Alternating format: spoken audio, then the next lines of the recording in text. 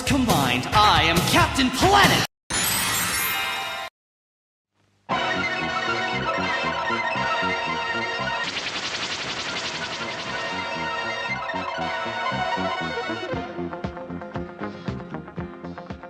If Battle Fever J was the season when the Super Sentai franchise was finding its footing, then Denshi Sentai Denziman is the season that Super Sentai started establishing its identity.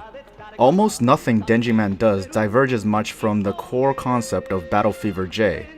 It has 5 core heroes, kid characters in almost every episode, and a formulaic plot involving villains acting like villains doing villainous things.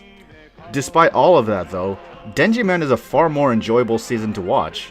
This is probably one of the better seasons of the early era of Super Sentai, and definitely the best season so far in my opinion. It could have something to do with the clearly increased production values, which obviously made the sets, costumes, and effects far more distinguished compared to Battle Fever J. The fight choreography is much improved, both in terms of normal civilian fights and suited fights. The opening theme is pretty good, and the soundtrack, while not outstanding, really fits well within the show. The monsters in particular are a joy to behold, and it's definitely worth watching each episode just to see the kind of crazy designs they think up. It's clear that the creators really wanted to flex their creative muscle, and while I can't say that I like every monster design this season, I can tell they spent a lot of time and effort in making the monsters detailed and unique. Some of the effects can still be hit or miss, but others are incredible for the time. For every lame laser effect, there's an awesome lightning effect. I will say that even the worst looking effects are a lot better than what they had before, and despite being somewhat laughable, they never took me out of the viewing experience. And honestly, how can you not love something like this?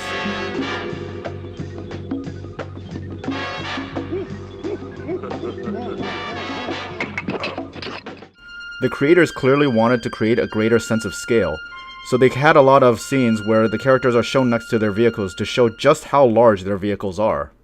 Speaking of that, Denziman's vehicles are amazing.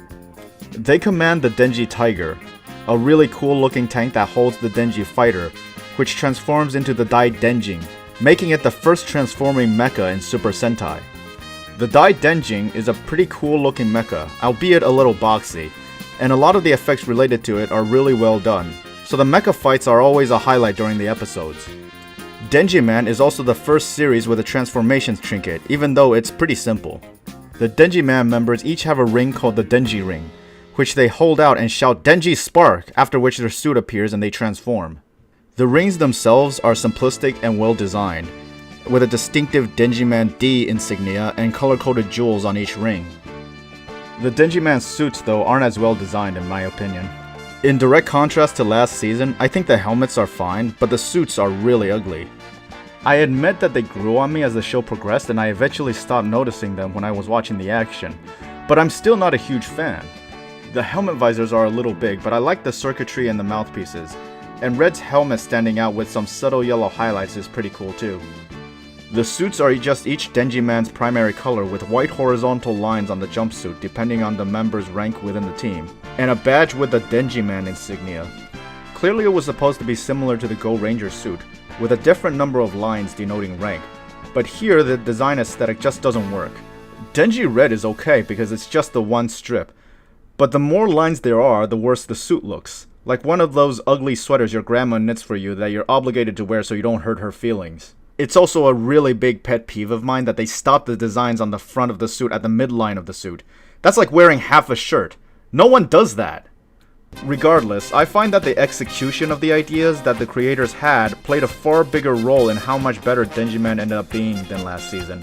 The story of Denziman starts with a faraway planet, Denji Star, being destroyed by the Vader Clan, a race of interdimensional beings whose sense of aesthetics is so alien that they try to destroy and transform any civilization in our dimension to match theirs. The last vestiges of the population of Denji Star sends an island from their home planet into outer space. This island is called Denji Land. Denji Land eventually reaches Earth, and 3,000 years later, it detects the Vader forces approaching Earth. IC the Denji Dog is awakened to grant 5 people Denji Stones to fight off the Vader Clan. And yes, almost everything in this show has a prefix of Denji. Really sticking to the naming scheme there, huh? To assemble the team, IC chooses Ippei Akagi to become Denji Red, Daigoro Ome to become Denji Blue, Jun Kiyama to become Denji Yellow, Tatsuya Midorikawa to become Denji Green, and Akira Momoi to become Denji Pink. You get it? Because their last names are the same as their assigned color? Because they needed to color code their names the same way they color coded their wardrobe? Really on the nose picks for the members of the team, I see. Anyway, unlike previous seasons, Denjiman doesn't have any major team shakeups for the entirety of the season, so the team remains consistent from beginning to end. Akagi is strong, loyal, and honorable. He's a master at karate and boxing, so he prefers close combat with his fists. He also teaches karate to kids at the athletic club. Ome is the second in command of the Denjiman team, and he has an insatiable addiction to red bean buns. In fact, he is so addicted to them that he has a locker full of the stuff, and he often gets in trouble when enemies use red bean buns as bait to entrap him. He was an ex-circus member who specialized in acrobatics, so he teaches yoga and gymnastics to kids at the athletics club. He also serves as the team's comedic relief, being the source of most of the humor in the season. And Kenji Oba does such a good job portraying him that Denji Blue is probably one of my favorite characters in the franchise. Every one of his focus episodes has him getting into some kind of hilarious trouble. Like getting himself and the kids he's babysitting turned into old people somehow. Now I gotta say, that's pretty funny. Kiyama is a genius scientist with an IQ of 200. He operates as a Denjiman's tech support and is often able to identify some of the more esoteric strategies that Vader employs. He also coaches calisthenics at the athletics club. That being said, he's incredibly socially awkward, and he commits a lot of social faux pas, like talking and making sounds at the movie theater. This can land him into some minor trouble, like getting punched out by other people who are just trying to enjoy the damn movie. Seriously, Kiyama, I thought you were supposed to be smart. Midorikawa was a detective whose father was killed in a Vader attack. He's an incredibly skilled marksman and a strong boxer, so he teaches boxing at the athletics club. He also has a keen sense of information gathering, and effectively becomes the team's scout. Momoi is a tennis player whose coach was slaughtered by Vader forces, and she initially refused to join the team because of her dream to become a world tennis champion. But eventually she relents when she realized that the team needed her and she wanted to avenge her coach. She's not as strong as the other members of the team, but her constant sports training gives her quick reflexes, and she teaches swimming and aikido at the athletics club. Being the only female member of the team, she does get some fan service episodes. She also has her typical girl weakness, frogs. The team mentors a group of kids that are often the victims of the Vader Clan, and these kids are the focus of almost every episode. They also befriend Chieko and Tomoko, a pair of bumbling policewomen who try to help out but are more often the unfortunate recipients of a lot of the slapstick comedy in the series. You'd think that this makes them the most annoying characters in the show, but they're so charming that their constant streaks of bad luck are more endearing than anything else. The Vader Clan is led by Queen Hedrian, who's vain, cruel, and hates anything more beautiful than she is. Think of a more badass version of the evil queen from Snow White, crossed with Hela from Thor, and you'll have a general idea of the kind of villain she is. 鏡よ鏡、全宇宙で一番美しいのは誰？それはヘドリアン女王様でございます。よろしい。She's served by her general Hedra, and her two personal attendants, Mirror and Killer. As far as villains go, Denjiman is a definite step up from Battle Fever J. For once, we have a group of villains who aren't just a bunch of KKK members or wannabe Nazis, so... God damn it. One season. Just one season without Nazis. Is that so much to ask? But to be honest, the villains this season are definite improvements. Queen Hedrian in particular is quite an enjoyable villain to watch, which is due in no small part to the acting of the legendary Machiko Soga, who plays the part of the cruel queen to perfection. Western fans may recognize her as Witch Bandora from Zyuranger, or as she's more commonly known, Rita Repulsa from Mighty Morphin Power Rangers. Yes, I like. General Hedra is also a great villain, with a sense of honor and fairness that separates him from the villains of previous seasons, and earns him respect from the Denjiman team. Mirror and Keller, while not as memorable, are also essential in helping to develop Hedrian's traits. The two often go undercover in order to enact Hedrian's plans, often enough that I have to wonder how the Denjiman team doesn't recognize them instantly and realize things are going to go down whenever they show up. What makes this team of villains particularly interesting is that they don't fight the Denjiman team with brute force. Most of their plans involved sabotage, subterfuge, or targeted attacks against the Denjiman members through bombs, curses, or other indirect methods. When they do need to engage the Denjiman team directly, they use monsters hatched from their egg machine. Hedra is a relatively strong fighter, but direct combat is still a last resort even for him. It's worth noting that this is the first Sentai team that isn't a military or police force of some sort. While the team is clearly publicly known and works with the military often, aside from them just being somewhat more athletic than the average person, there are just 5 completely normal citizens. The Denjiman costume grants them enhanced physical and sensory abilities, and allows them to use their equipment and vehicles, but they have no official training of any sort. As a result, a lot of the episodes are viewed through the lens of a civilian. Some episodes focus on pretty heavy topics, such as suicide, parental abandonment, delinquency, and child deaths. While the topics are touched on rather superficially, it's still interesting that a kids show would approach these topics at all. The focus on more serious repercussions of both the Vader invasion and general everyday life makes the season far more grounded and less cartoonish than its predecessors. The writers also experiment with more complex storytelling with some mixed results. For example, in one episode they try to portray a monster with sympathetic traits, refusing to harm a little girl. But the entire first half of the episode is punctuated by weird fantasies of said monster frolicking with the little girl, and it all comes off as insanely creepy.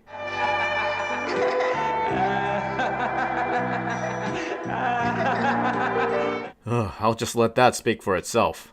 On the other hand, another episode has a love interest for Momoi, being transformed into a half-fish, half-human creature by Hadrian's monster. The team is able to defeat the monster, but Momoi's love interest does not revert back to being a human, and he's forced to live in isolation in the ocean since he can't live on land anymore. Episodes with bittersweet endings like these really add some depth to the storytelling.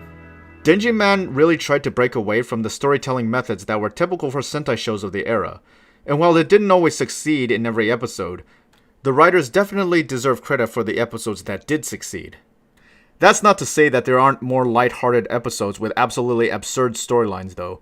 Like an episode where the Vader Clan starts selling addictive hamburgers for 10 yen each to make the population go crazy.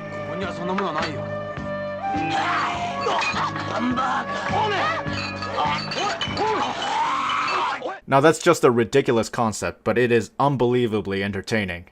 Part of the reason these plots are more entertaining to watch this season is because of Queen Hadrian. She's so petty and vindictive that watching her throw a tantrum just because she was told there are teeth more beautiful than hers on the same day she decided to brush her teeth is just entertaining no matter how you slice it. Watching her try to ruin a beautiful teeth competition out of pure spite is just one of those laughably absurd storylines this season that make the villains so entertaining to watch. Of course, you also have the episodes where her evil queen personality shines through, and she just starts straight up murdering girls that are prettier than she is. Queen Hadrian and her henchmen are just villains that you love to hate, and their villainous plots are a major contributor to why Denjiman is such an enjoyable season to watch. The fact that they value each other the same way that Denjiman values each member of their own team makes them a far more interesting villain group to watch. This becomes apparent when the Demon King Banriki is introduced a little bit over halfway through the series. Banriki is a space warlord who wanders through the cosmos and lays waste to everything he encounters, such that he's known as the Bringer of Calamity. In direct contrast to Queen Hadrian, Banriki is a violent brute. While Queen Hadrian is cruel and vindictive, she honestly values the people who work for her. Banriki, however, is a monstrous dictator who takes out his frustrations on the people around him. Think of him as the kid-friendly version of the Mountain from Game of Thrones. Queen Hadrian tries to enlist his help to defeat the Denjiman, not knowing that he actually came to Earth to conquer it for himself. Banriki kicks around the Denjiman and even no-sells their ultimate attack, but leaves before he can finish the job. After that, he sort of just bums around the Vader base like a layabout and mocks Hadrian whenever her plans fail. Hadrian's henchmen attempt to attack him a few times, but he just shrugs them off. Eventually, it all comes to a head, and Banriki ends up trying to overthrow Queen Hadrian, which causes a civil war in the Vader Clan. At first, Hadrian is able to trap Banriki, but he's able to free himself with some help. Banriki, being far stronger than the rest of the Vader clan, overpowers them and usurps Hadrian's throne. When this happens, you can honestly believe in the loyalty her underlings display, and the care with which she treats her underlings, such that by the end of the series I was actually rooting for them to overcome Banriki. Eventually, Hedra realizes that this might be his last chance to fight Denji Red, and challenges Akai to a one-on-one duel. He fights honorably and refuses to resort to dirty tricks, but eventually the Denjiman team prevails and defeats Hedra. Unfortunately, Banriki's monster proves to be too powerful for the Dai Denjin and ends up damaging it beyond repair. Without Dai Denjin, the Denjiman don't stand a chance, so IC sacrifices himself to become a circuit within the Dai Denjin to make it operational again. Meanwhile, Hadrian and her attendants are able to find out the weaknesses of Banriki and his monster, and secretly transmit this information to the Denjiman team. Banriki kills both Mirror and Keller in retaliation, and thanks to their sacrifice, the Denjiman team is able to kill both Banriki and his monster.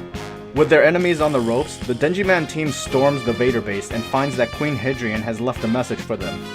With her forces decimated and her general and attendants dead, she's unable to continue fighting them, but she vows to return one day and exact her revenge. With this, the Vader base explodes, and the Denjiman team return to their civilian lives, dedicating a soccer tournament to IC's memory, and continuing to watch over the world as Denjiman. Overall, Denjiman is a really strong season.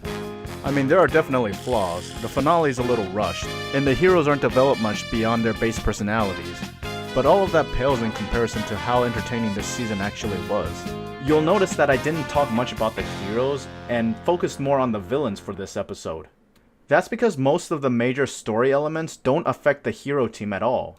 Most of the time, it's the villains who are affected by the major story shifts this season. The writers for this season also seem to focus more on the enemies and villains rather than the Denjiman team. That's not to say that the Denjiman team isn't likable, they definitely are. It's just that this season seemed to focus more on the depth when it came to the villains rather than the heroes. Add to that the fact that Machiko Soga completely stole the show, and you have a season where the character developments for the villains are much better than that of the heroes.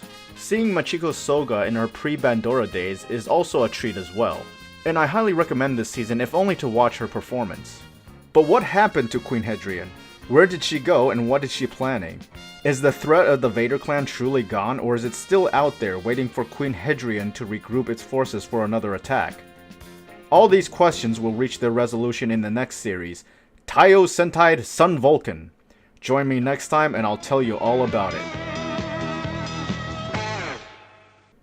Thank you for watching my overview of Denshi Sentai Denziman. Have you watched it? And if you have, do you agree with my thoughts on the season? Be sure to leave a comment with your opinions on the season or this episode. And again, if you like what I'm doing here, hit that like button. If you're new here, hit that subscribe button. And if you know someone who might like my content, please feel free to share it with them. The Super Sentai overview is a project of passion, and I deeply appreciate the support of all my viewers. Thanks for your support, and I'll see you next time. Abayo!